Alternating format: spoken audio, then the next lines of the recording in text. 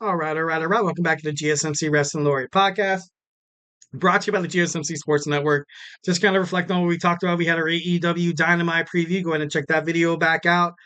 We have our Thursday Night Wrestling review. We jump into the Ring of Honor, Impact Wrestling, National Wrestling Alliance, basically anything other than WWE, because WWE constantly, it's trending constantly. But sometimes, I like focusing on the little guy. I know there's some viewers over here that ask questions about the NWA, that ask questions about TNA and Ring of Honor. So you never want to leave those guys out. So, obviously we're a wrestling fandom. We're a family together. And then we moved on to our third segment. We talked about WWE superstars wanting to make that jump to TNA wrestling, and I think ultimately it'd be a great idea. But we're gonna move on to our Eric's World Cup, the greatest tag teams. I have my Sweet 16. Can't wait to share it with you guys. Hope you guys are excited as I am. If you guys like the list, let me know. But ultimately, if you don't, let me know in the chat. So obviously, of course, comes with the list of any type of media, any type of YouTuber, any type of wrestling podcaster. There's going to be a little biased here. Okay, so I got my first team. We're going to talk about the Midnight Rockers. Love the Midnight Rockers. 1,010%. Huge Shawn Michaels fan. Triple H, Shawn Michaels. Two wrestlers that's on my Mount Rushmore. Shawn Michaels and Marty Jannetty. They're high flying. They were very charismatic, and they were fun to watch. They definitely made tag team a lot fun to watch. All right, next we have the Rock and Roll Express with Ricky Morton and Robert Gibson, the NWA. They won the NWA tag team titles 9 times. Definitely one of those historical factors. Love to kind of add a couple of wrestlers, a couple of tag team tandems from the 80s, from the 70s, from the 90s, and stuff like that. So that's another team. Another team that we have Matt and Jeff Hardy, the Hardy Boys. Basically invented the ladder match. They invented it with Edge and Christian and the Dudley Boys, the TLC match. And honestly, what they did for WWF back in 2000, they revived the tag team division. Because at first it was just like, tag team matches. Yeah, it was cool and all. But as soon as the Hardy Boys kind of took the scene there, as soon as they came out with like Michael Hayes and stuff like that, they were kind of able to, create this tag team division that none of us of the professional wrestling, kind of circuit really kind of expected. We didn't really expect these two brothers coming from Carolina to put on such a maneuvers, and their tandem. The best thing about these guys, and I know this is going to sound cliche, is their brothers, their chemistry, the way that they're able to pull on maneuvers. Like you would just be like, dude, how the hell did the other one knew that they're going to do that or set up that match or set up that move? Like we didn't really know that, and that's something that the Hardy Boys did really, really well. Moving on, so we have the Hart Foundation. Want to mostly focus on Bret the Hitman Hart and Jim the Anvil Hart. Obviously, they were amazing. Their tag team chemistry as well, their technical wrestling, and just their overall experience. Some of the reasons why wrestlers loved fighting Bret Hart and Owen Hart was not just because, oh, they're Harts, I'm going to get a lot of likes, or well, back in the day you didn't really have social media. Be like, oh, I'm going to get a lot of people paying attention to my matchups because I'm fighting the Hart Foundation. And that's not the truth. Most of the time, 95% of the time, people fought these guys, Bret, the Hitman Hart, and Owen Hart, because of their capabilities inside the ring.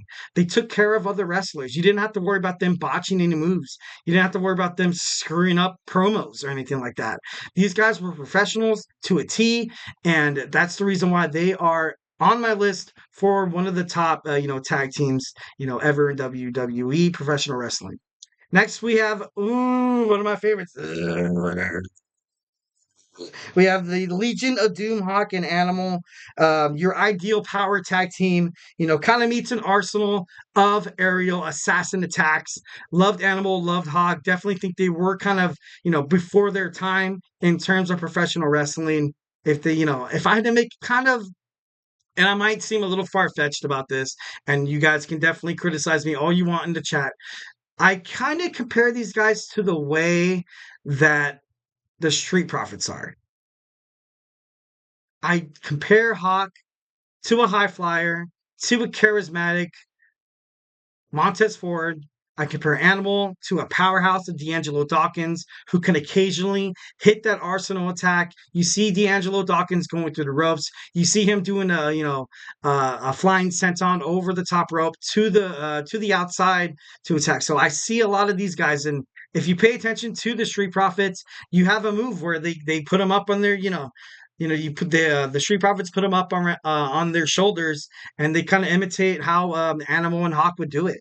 So that's the reason why they're on my list. And I'm rapidly running out of time. I'm sorry. Next we have the New Day. New Day, honestly, probably the greatest thing in WWE tag team division. Besides a tag team that I'm going to mention a little later. But they've had the success, and the best thing about these guys is that WWE knows that these guys are so great together that we cannot split them apart. Usually there's some bonehead. Usually there's some dumb guy in the creative office is like, hey, let's push Big E's single career and have him turn his back on Kofi. And Xavier was, no, we don't got to do that. No, we don't got to do that at all. That would be bad for, not just Big E, but just the three superstars. And another good thing about the New Day that I really honestly respect is that these guys could probably make it to the singles competition. Yeah, they can make it in the singles division like Kofi Kingston, winning the WWE championship, Kofi Mania, like Big E, winning the WWE championship. And it's just like, it just makes sense. It's something that is hugely, it's aspiring. It's aspiring. I definitely love the New Day. Don't ever break the New Day up. I personally, as a wrestling fan, will quit WWE. I'll sign petitions. I'll go outside and quit my job, and I'll hold signs outside WWE. Boycott the WWE. No, I'm just kidding. I got kids. I got to make money. I got kids, dude. I'm just kidding. No. Moving on. So, yeah.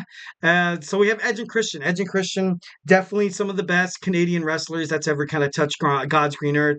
You have Jinder Mahal Hart, obviously the Hart Foundation, Owen Hart, Davey Boy Smith, and Bret Hart. But these guys were good. These guys were great. These guys had an amazing tag team chemistry. They started, from the bottom. They started with the Brood. They're a bunch of crazy vampire guys. But they were, like I said, they're one of the pride of the praises of the Canadian tag teams. Well, finally in bracket one, and we are so much running out of time. I don't want to mention. But we got to mention the Young Bucks. The Young Bucks, Matthew and Nicholas Jackson, they're international. The reason why they're on this list, and they will probably go further than you guys expected, but they've been on Ring of Honor. They've been a part of New Japan Wrestling. They're, totally kicking ass in AEW right now. And they've been a part of many other more wrestling promotions. And the best thing about it, and this is my bias kind of kicking in, they are from Rancho Cucamonga, California, about 45 minutes from where I'm at. So, gotta respect, those guys right there. So, yeah, hope you guys, that was just the first bracket. That was just the first bracket. Rapidly running out of time. I know my man Emran has his GSMC soccer podcast after this. So I know some of you soccer fans are watching this right now. They're like, dude, I don't care about wrestling. So, gonna have to cut it short. But, before, I kind of lead this last segment. I just want to remind you guys that on Monday we will kind of touch on. No, tomorrow we will touch on who is a part of bracket two, and I will remind you, just briefly of bracket one. So let's go ahead and jump on into our fifth and final segment. Sorry, I apologize for that. Fifth and final segment. We're going to talk about Thursday Superstar Spotlight. We're going to briefly talk about Andre the Giant. So hey, don't go anywhere.